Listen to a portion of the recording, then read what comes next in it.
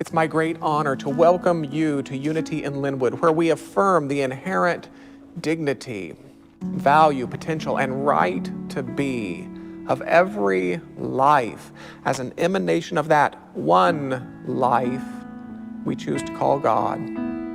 To explore on-campus and virtual opportunities for those aged toddler through 18, please contact that program's director. Our radical welcome includes all. Please stay in touch through the social media platforms of your choice by visiting unityinlynnwood.org, by registering to receive electronic communications, or by downloading the Breeze app. Those who download the Breeze app will receive a free gift through the mail. And if you would like to pray in strict confidence with one of UIL's trained prayer chaplains, whether for support or celebration or regular maintenance, start the process by contacting that program's director. We believe in the capacity of an elevated consciousness to give rise to an elevated experience. And UIL's Prayer Ministries is eager to support you in doing just that, whether virtually, in person, or by telephone. Finally, we believe giving in its highest form is a spiritual practice, and we're grateful to be among the beneficiaries of your spiritual practice. May your generosities of hand and heart return to you in untold ways as they reach into our greater world to bless. So again, welcome. Everything Unity in Lynnwood has is available to you. We're honored by our shared journey. Stumbling through our humanity, we're just walking each other home. We're just walking each other home.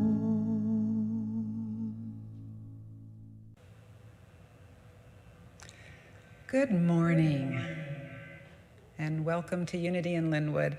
I'm the associate minister here, and we are so delighted that you're with us here this morning. I invite you to close your eyes and take a breath. Let us join our hearts together in the knowing that our hearts cannot be separate.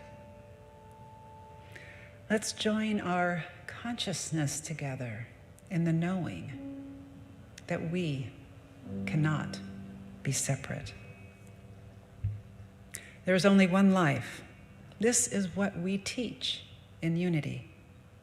One life, one power, one presence, one wisdom, one love, one ground of all being. And this one ground of all being is infinite, meaning that it is everywhere present. It is the source of all that is and all that is not yet. And because it is infinite, we are of it. The modern-day mystic Cynthia Bourgeault wrote that Jesus taught interabiding. I in you, you in me, all in God, God in all.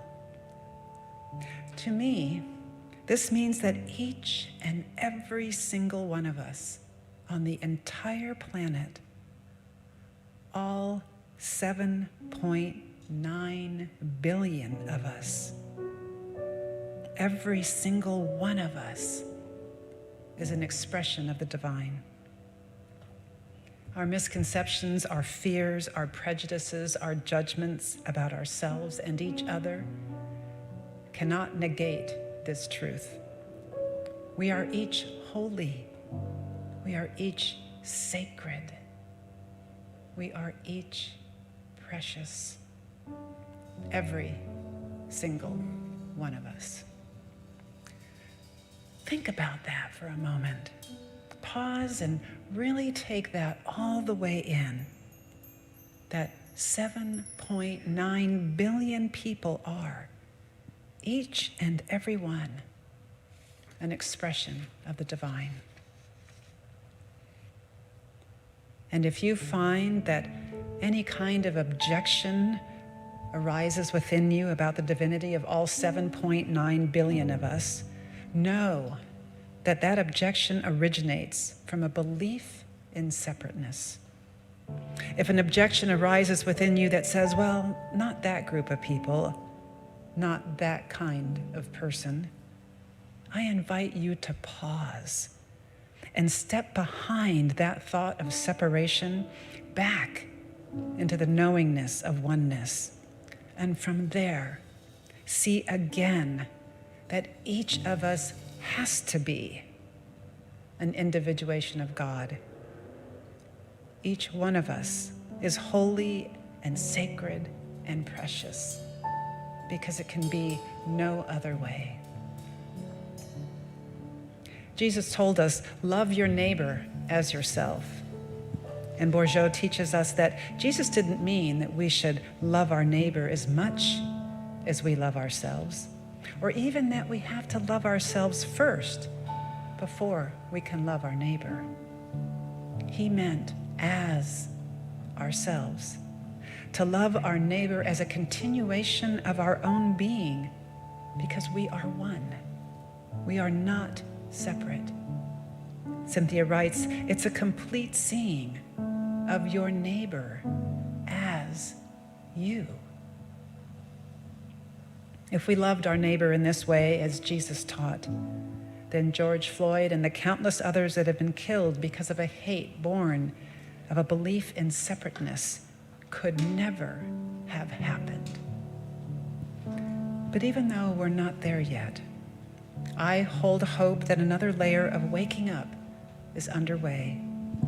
The outcome of the trial for Derek Chauvin as the outer expression of a rising wisdom within, expressing as an increasing awareness of the respect and dignity that all expressions of God inherently deserve.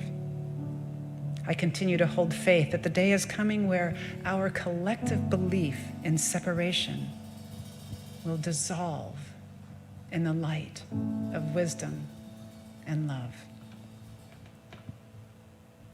And as the young poet Amanda Gorman shared, with her heart full of both wisdom and love, there is always light, if only we're brave enough to see it, if only we're brave enough to be it.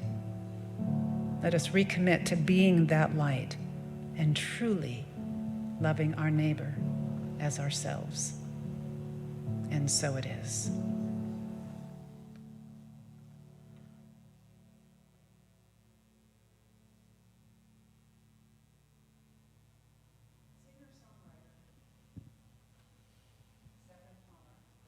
Start again.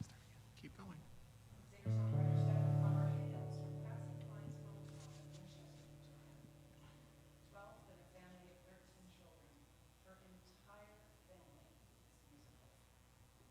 When Stephan first arrived in Seattle, she was a busker, playing in Pike Place with a group called Vital Signs. And currently she plays and sings around Puget Sound for a variety of New Thought churches and other venues.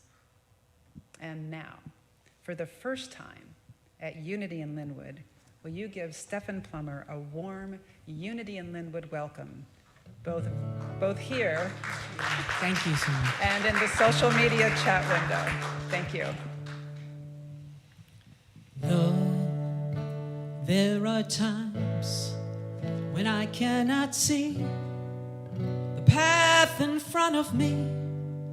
I lose my way, feel so alone, like every friend I've ever known is gone. So far, far from home. Then I hear life call to me.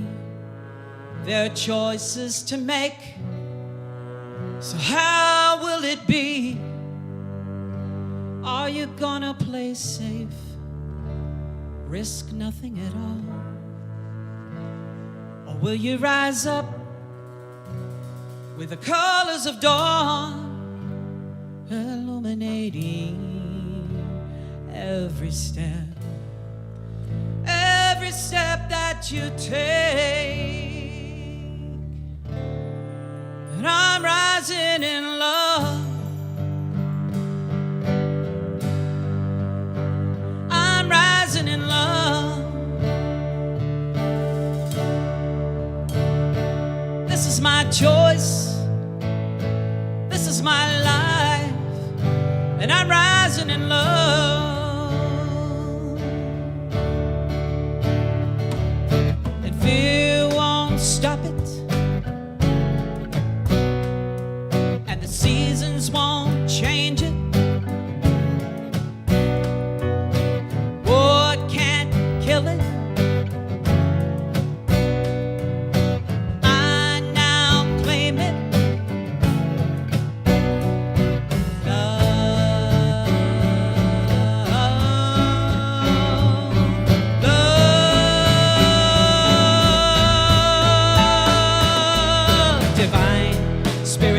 Within me, your love flows throughout so naturally, raising my heart, singing my voice, speaking of love and calming the noise and generating every breath that I take. So I'm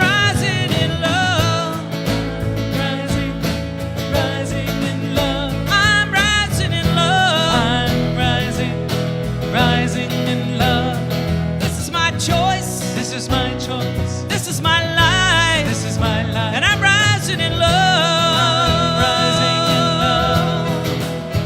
Oh, and love is lifting us higher. Love is lifting us higher. Love is lifting us higher. Love is lifting us higher.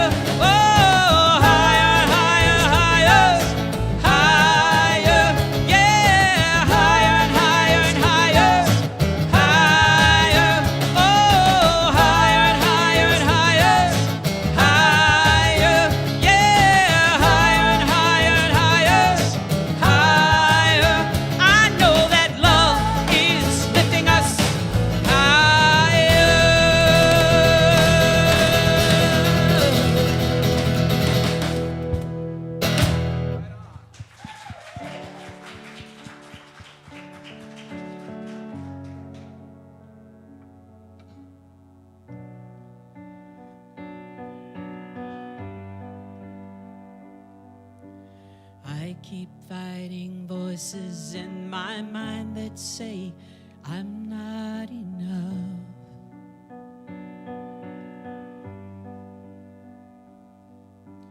Every single lie that tells me I will never measure up.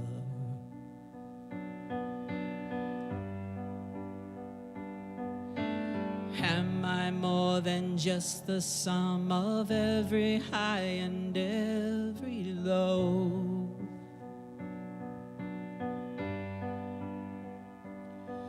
Remind me once again of who I am, because I need to know. Ooh, you say I am loved when I can't feel a thing. You say I am strong when I think I am weak. And you say I am held when I am falling short. And when I don't belong, oh, you say I am yours. And I believe what you say of me.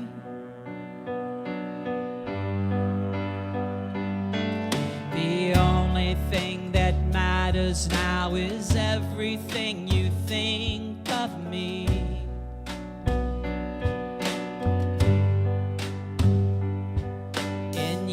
I find my worth in you. I find my identity.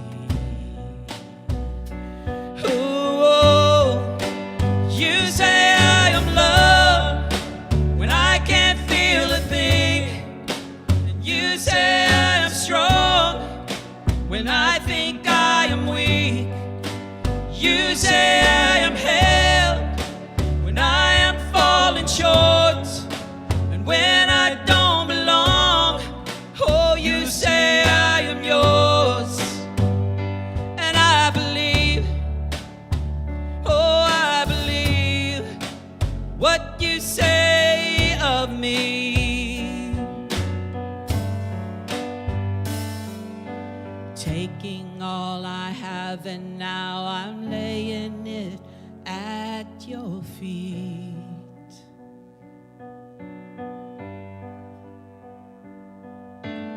You'll have every failure, God.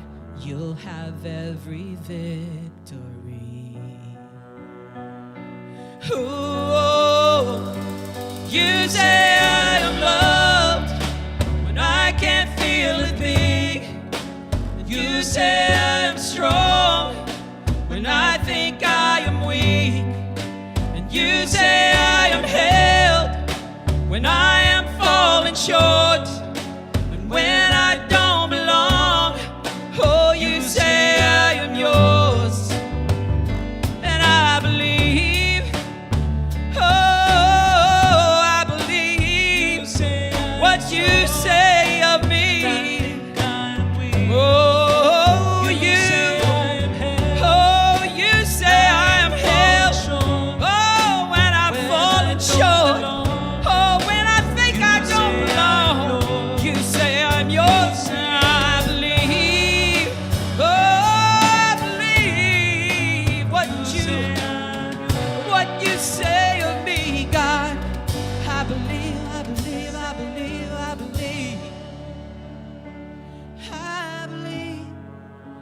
what you say of me, I believe.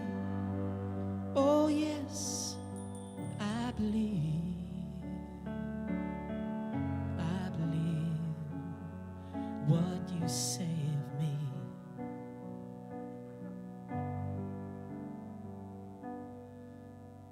I believe.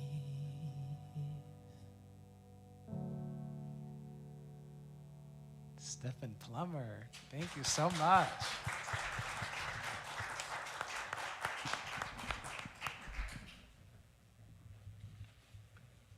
My goodness, what a joy, what a joy. My name is John Brooks, and it's my honor, privilege, and pleasure to serve as your board chair, along with Jack Eckram and Karen Breen James and Tim Vokes and Jennifer Lovejoy and Dr. Richard. Your Board of Trustees invites each of us to dedicate our best efforts, talents, and resources to the 40-day program already in progress. As of yesterday, the interior painting of our building has been added to the list of accomplishments, with deep thanks to that collection of souls. You may participate in other projects, such as refreshing the gazebo gardens, cleaning the front grounds, restoring our nature preserve, and joining in the land blessing ceremony. We also appreciate any contributions to our fundraising goal of $30,000 for parking lot repairs and refinishing. Each parking space is valued at $375, and as donations arrive, the parking lot graphic, which you see on your screen, will continue to turn green. The parking lot is one of 2 remaining physical plant needs, the other of which will not require addressing for 10 years. And finally, you are invited to hold our community in prayer. Many are in prayer even now. Your Prayer Ministries has fashioned a prayer for us to share, and the words will appear on your screen. We honor the spiritual commitment, faith, and vision that built unity in Lynnwood from the ground up. In deep gratitude, we align with our source in faith and love to support our thriving community. Unity in Lynnwood is a powerful force for good in the world today and into the future. I affirm this truth and commit to do my part. And so it is. Amen. Please register now or any time to reconnect as we refresh, renew, and revitalize, restore, re-energize, and recommit to our beautiful campus. And you will find those opportunities on our calendar. So just click on the link and sign up. Thank you.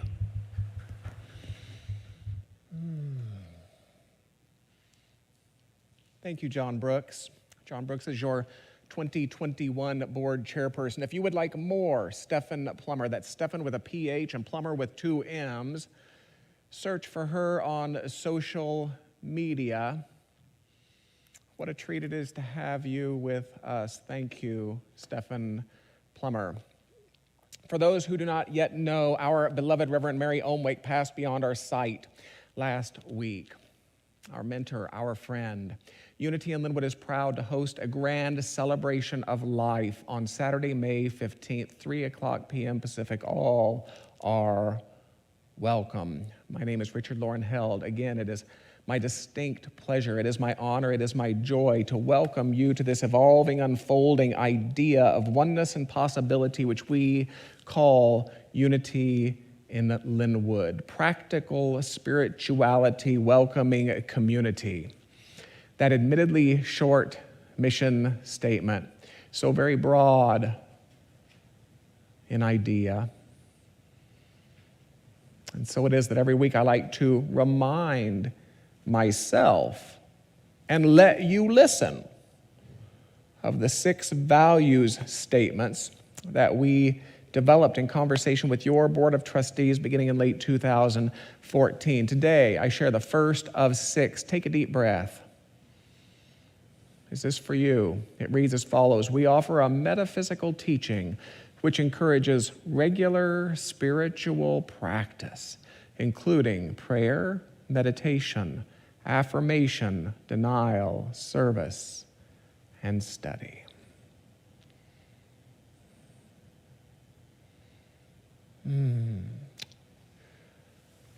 Join us on Sunday, May 2nd for Reverend Lola Wright. If you have not yet experienced the profound wisdom that is Reverend Lola Wright, you will consider your time to have been well spent, I promise you. Also, on May 2nd, your Board of Trustees has approved the expansion of this in-house audience from 12 to 18.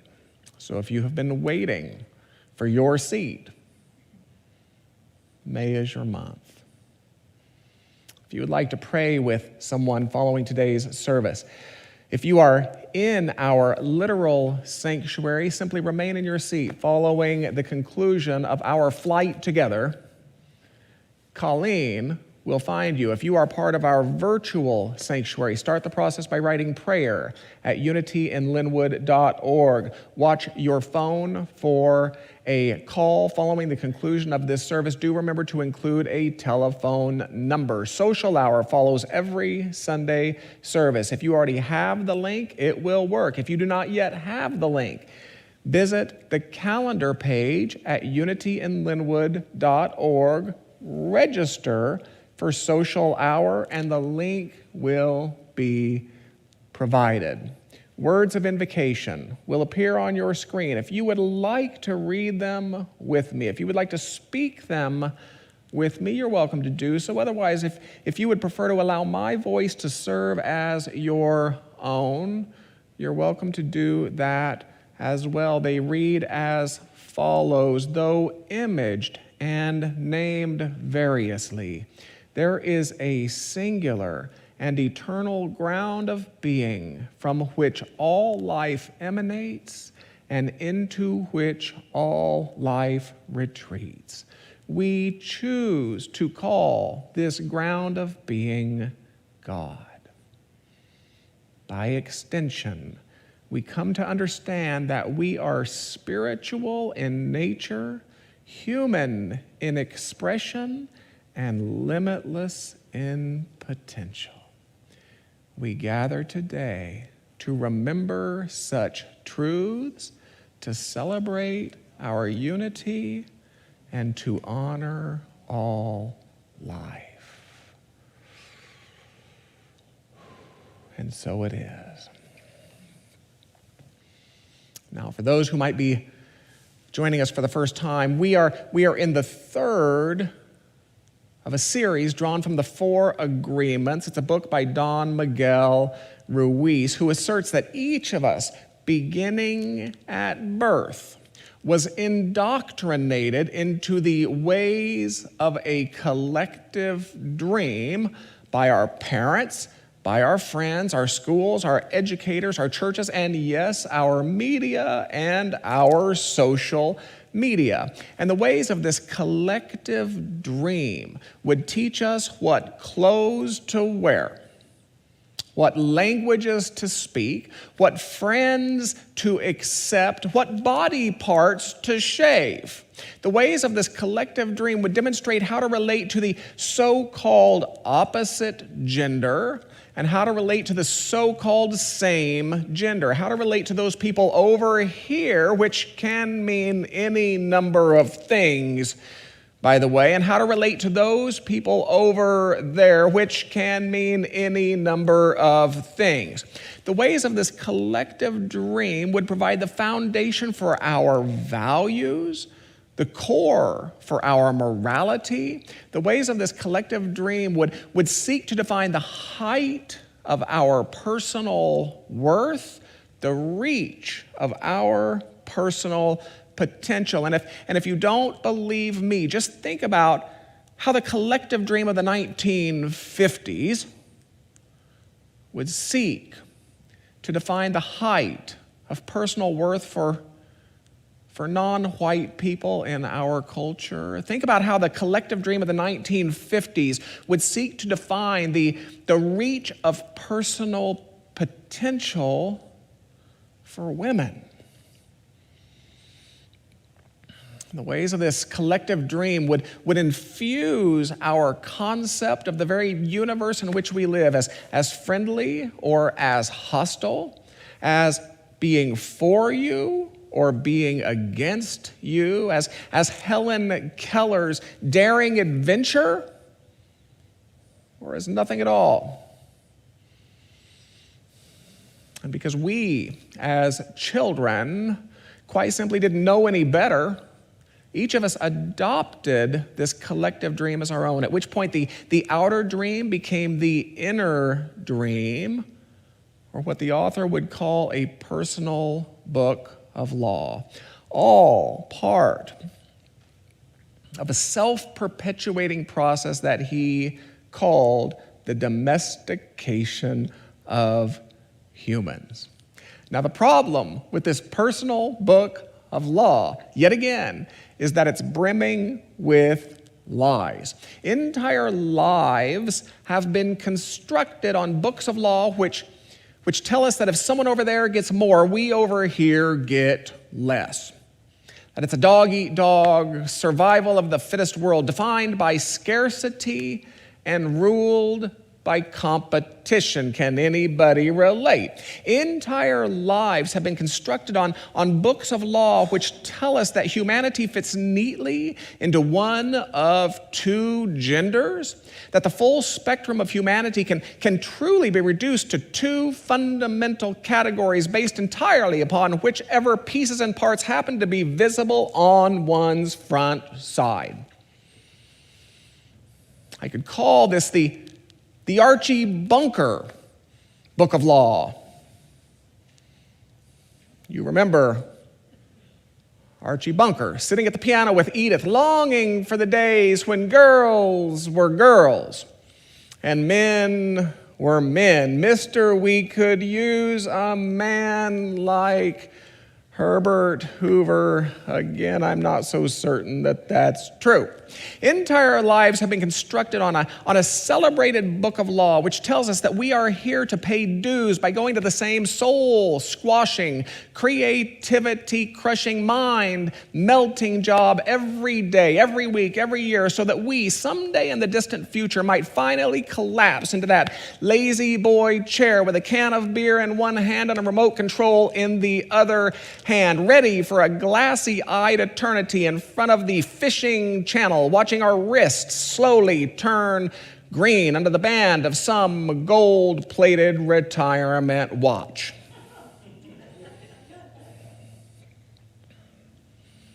Entire lives have been constructed on books of law which would have us believe that our ways, that our systems, that our people, that our geographies, that our religions are quite simply superior. All of us grew up learning that no one does it, whatever it is, the way we do it here in the South or here in the East or here in the desert or here in the mountains. All of us grew up learning that no one does it, whatever it is, the way we do it.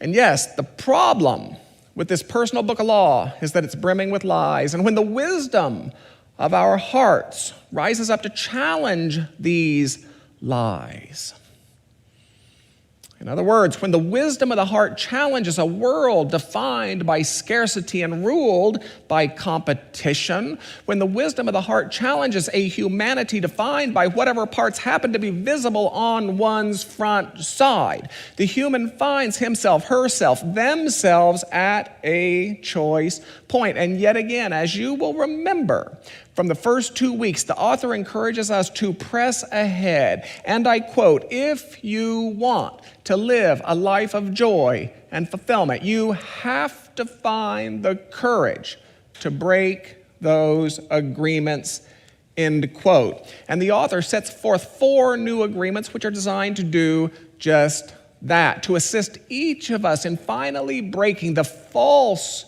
agreements of our domestication, in finally releasing the fearful fiction of our ancestors, agreements which saturate the pages of our respective books of law. Number 1, be impeccable with your word.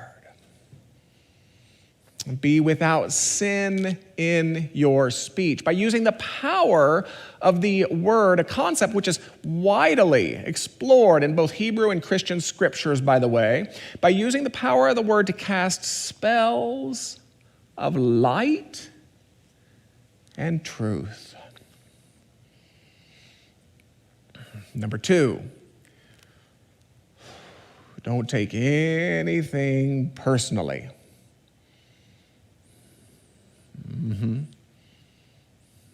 Got a few people looking down on that one. The problem, according to the author, is that as part of the domestication process, you developed the arrogant assumption that everything is about you. And the solution, according to the author, is that it's not. Everything is not about you. In fact, this agreement offers that nothing other people do is about you. It's about them. Their opinions are reflections of their own inner dreams, reflections of their own books of law. They live in worlds completely apart from the one you know. This agreement offers that what other people say, what other people do, the opinions of other people are the reflections of their agreements. Which brings us to number 3. Are you ready? Don't make assumptions. I have to tell you, this is a fun one because I can make up some stories. Is anybody with me on this one? I mean, maybe it's my Midwestern roots. I don't know. A congregant leaves before the service is over, and I run home. Let me tell you, so-and-so is mad at me. Or the cashier at the car wash gives me change and I run home. Let me tell you, so-and-so has a crush on me. It's quite clear. Or someone waits too long to respond to my text message and I run home. Let me tell you, so-and-so is, well, clearly they're offended. Or so-and-so is swamped, so-and-so is disinterested, so-and-so has fallen and she can't get up. I mean, I can make up some stories. You invite me to your house for the big get-together, and my mind fashions a dozen reasons why you might have done so. You don't invite me to your house for the big get-together, and my mind fashions a dozen reasons why you didn't. This third agreement is a fun one. It reminds me of words that were spoken by the historic Buddha, and I quote, "Do not make assumptions about others. A person is destroyed by holding judgments about others." Reminds me of words offered by the Prophet Muhammad, who said, "Beware, for assumption is the falsest of speech." What a thing to say. Reminds me of words offered by the author of the Gospel of Matthew. If you don't want them making up stories about you, don't make up stories about them. That is a paraphrase, by the way. It seems to me yet again that even through the cumbersome and inadequate words of our respective traditions, truth rises. Truth rises. Now, Mr. Ruiz continues, and I quote, "We have the need to understand," are you ready for this? "We have the need to understand everything in order to feel safe." It's not important that the answer is correct. The answer itself makes us feel safe. I have to wonder if this is why so many cling to their sweeping answers, if you will, about women and in response to renewed conversations about gender. I guess this is why so many cling to their sweeping answers about those of whatever skin color in response to renewed conversations about race. I guess this is the reason so many cling to their sweeping answers about Muslims, about Christians, about gays, about the rich, the poor, about the young, about the old. The list of ridiculosity really has no end, you understand. This is why so many cling to their sweeping answers about virtually everyone in response to renewed conversations about religion, about orientation, about age, and beyond. If you've been here a while, you've heard me say it this way, that it's easier for some to cling to the comforts of a tidy lie than it is to explore the vulnerabilities of a messy truth. I can think of no richer arena than religion to observe this dynamic. At the moment your personal book of law about religion begins to fail you, there comes an endless array of souls eager to sell you a new one, wrapped in self-righteousness and complete with easy-to-understand rules, which will completely absolve you of any meaningful inner participation in your spiritual life whatsoever. The fine print offers a long list of conditions and exclusions, of course, all yours for the low, low price of mindlessness. I, on the other hand, might argue that if God didn't want you to use your brain, God would not have given you one.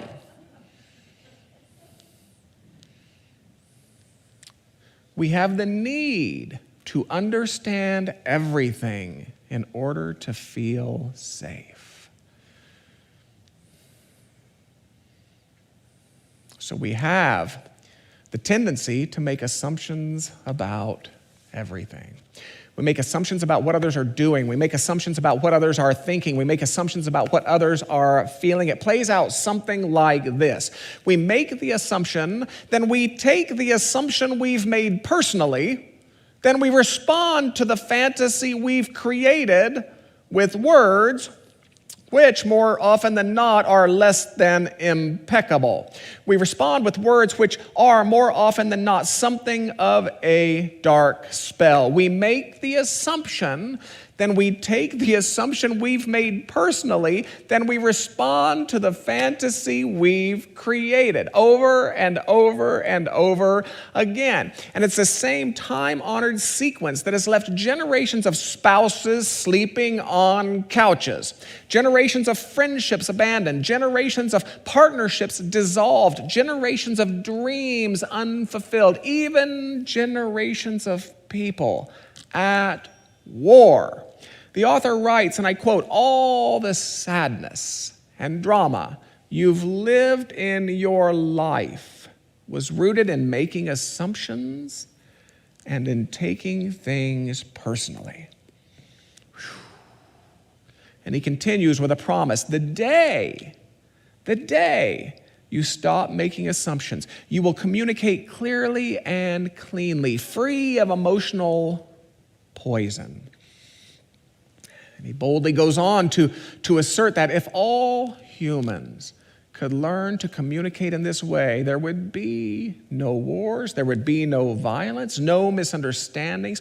All human problems would be resolved if we could just have clear communication.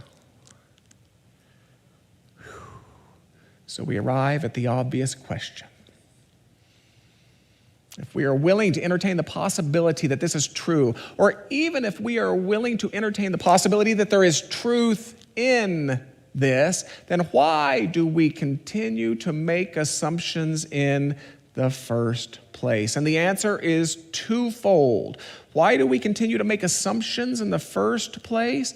Because we don't have the courage to ask questions. In our need to understand everything, we've gained the ability to adopt quick answers, but we've lost the ability to explore good questions. And why do we continue to make assumptions in the first place? Because we don't have the courage to make requests. And so it is that we eventually find ourselves saying things like, well, how was I supposed to know that? And if you loved me, you would just know. Who are you anyway? And I don't think I know you anymore. And well, I sure didn't see that coming. Ultimately, because we don't have courage. And if this dynamic wreaks such havoc in our individual relationships across that grand get-together table, just imagine how much damage it can do across cultures, across religions, across geography. And if courage, my friends, is the problem, maybe we can entertain the possibility that courage is also the answer. Maybe that can be something of an affirmation for us this week. I am courageous for truth. Would you like to speak it with me? I am courageous for truth. One more time just to let it sink in. I am courageous for truth. Let's be with that idea for a few minutes, 2 minutes maybe. Let's take a deep breath together. Let's close the outer eyes of us and delight.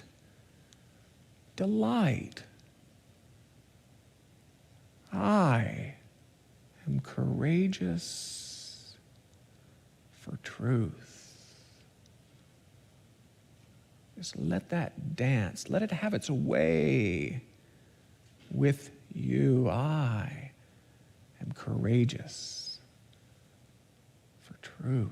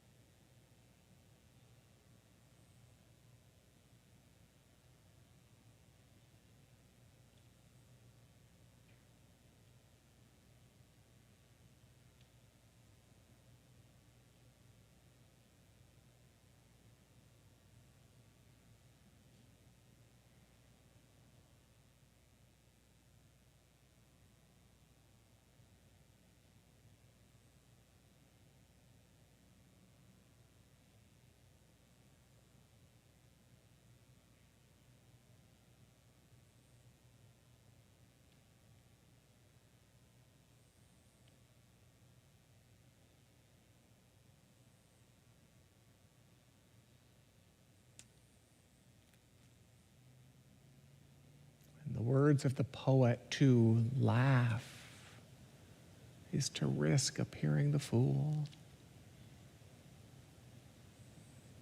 To weep is to risk appearing sentimental. To reach out for another is to risk involvement.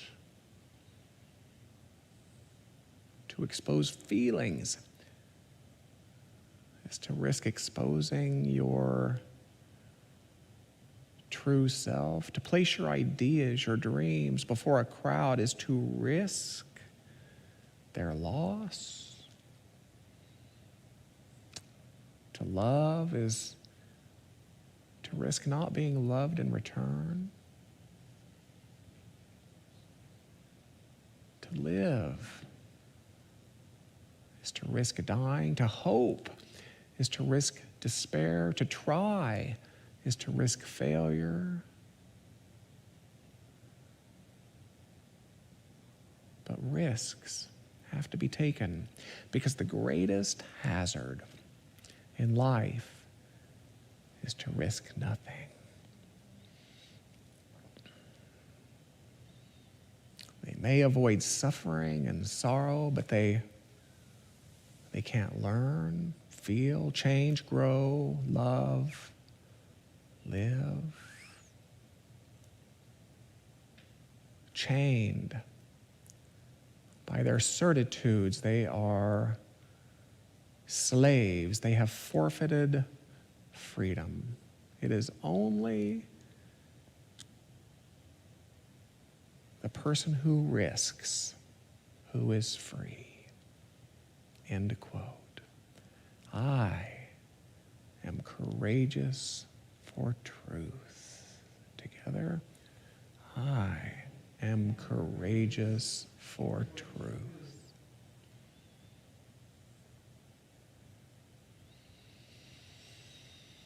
Now, the author concludes, and I quote, "Just imagine the day that you stop making assumptions with your partner and eventually with everyone else in your life. Your way of communicating will change completely, and your relationships will no longer suffer from conflicts created by mistaken assumptions. Be impeccable with your word. Don't take anything personally, and don't make assumptions." He concludes with this promise: when you transform your dream, magic happens. What you need begins to come to you easily, because Spirit moves freely through you. This is the path to personal freedom.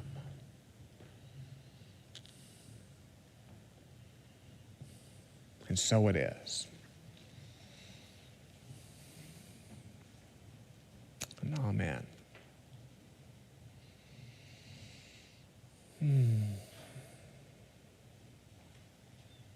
Before we move to offering, I want to take a minute and thank your crew and your musicians. Stephan, what a joy it is to have you. Scotty and Jonesy on the platform. Oh, my heavens. Nathan, Cameron, Lisa, Michelle, who keeps us all together. Our deep acknowledgement and gratitude to each one of you.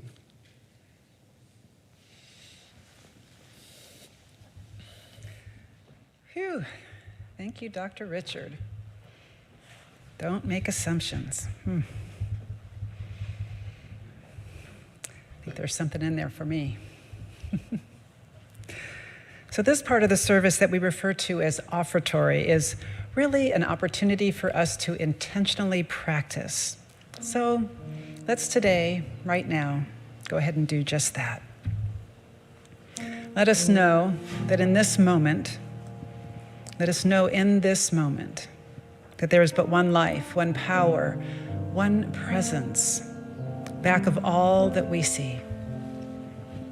And knowing this, let us affirm that we cannot be separate from this oneness, from this isness, and therefore all that is true of it is true of us. As a drop in the ocean, we are one with it. And knowing this, Let us become a clearer vehicle for all that God is, trusting that the ground of all being knows what it is doing through and as us. And so let us each pray in the manner suited best to you, and lift ourselves into the highest state of consciousness that we can muster in this moment with a glad and grateful heart. And in doing so, we live our unity tenets into being. And so from this state of consciousness, let us join our hearts and minds together and go ahead and hold your offering, whether it's paper or intention, with the knowing that regardless of which one it is, they are both merely symbols of abundance. And with your community, that through the sharing of your abundance, that you are, and thus we are, a blessing in this world. And so it is. Blessed always, blessed always, for the arms of God surround us. Let our joy be so triumphant that we rest in God and say amen. Blessed always, blessed always, for the arms of God surround us. Let our joy be so triumphant that we rest in God and say amen.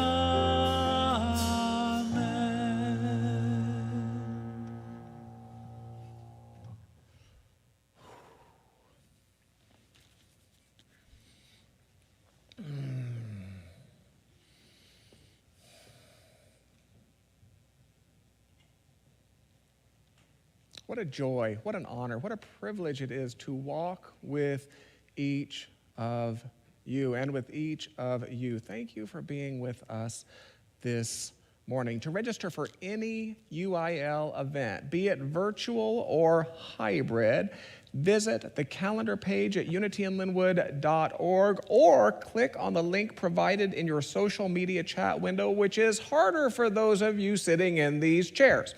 But you get my point. Interlude, Wednesday evenings with Reverend Nina Clark, 7 o'clock p.m. Join together for a short lesson, a time of meditation, and with the express purpose of remembering who you are. Does that sound good to anybody in this house? I thought so. I knew I wouldn't be the only one. Interfaith at Unity in Lynnwood. I'd like to say that we're all in the business of waking up, and there is no faith tradition that has a corner on the business of waking up. How proud we are, how proud I am to continue to offer Spiritual Saturdays with Rabbi Ted Falcon, and now East Meets West in partnership with Ananda Washington, Freeman, and Padma as well. Please join either or both. Standing small group ministries offerings are available to you. UIL Connects, second and fourth Thursdays, an unstructured social time. Students of Myrtle study group. This is facilitated by Karen Breen James, a licensed Unity teacher. And of course, the Search for God study group, specific to the writings and teachings of Edgar Casey. For questions about any of these or about life in general, about anything, questions about anything, write Reverend Nina Clark at small groups at unityinlynnwood.org. Anything at all. Anything at all. You're welcome, Reverend Nina Clark. If you have a first name of anyone you would like to include in closing prayer, will you just speak it out loud right now? This goes to those at home as well. Just speak it out loud. If there's a situation, if there's a geography that you would have included, just speak it out loud. You can even whisper it. Now let's close the outer eyes of us.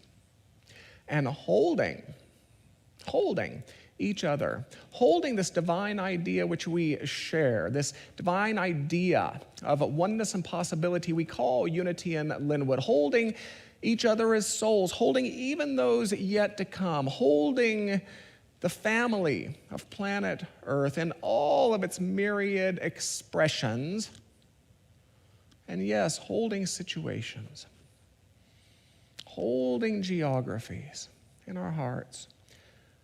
Let's come together and let's speak the simple words, God is. God is.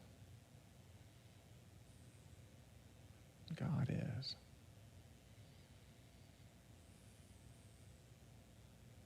God is. Let us affirm the presence of a wisdom that is ample, a wisdom that withholds not itself, but awaits merely human welcome. Let us affirm the presence of a sufficiency. We were not sent to planet Earth to prove lack and limitation, insufficiency, incompletion.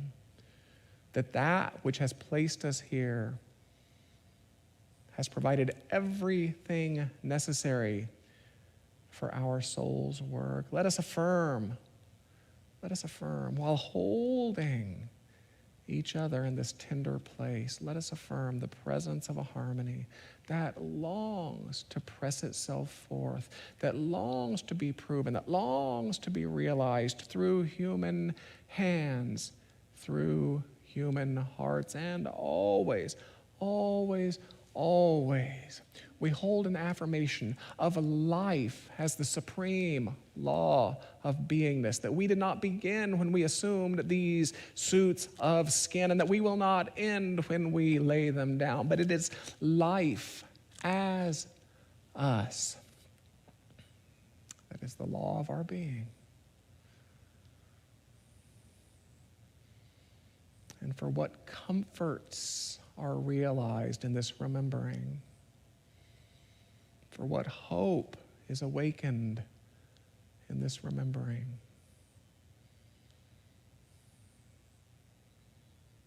for what gratitude is coming forth from this remembering, we allow that to be the spirit with which we embark upon these remaining hours of this holy day. How good it is. How good it is to be. And how good it is to be in the company of noble souls. We close, as we always do, with sung words of blessing, with sung words of farewell. May the long time sun shine upon you, all love surround you, and the pure light within you guide your way on, guide your way on, guide your way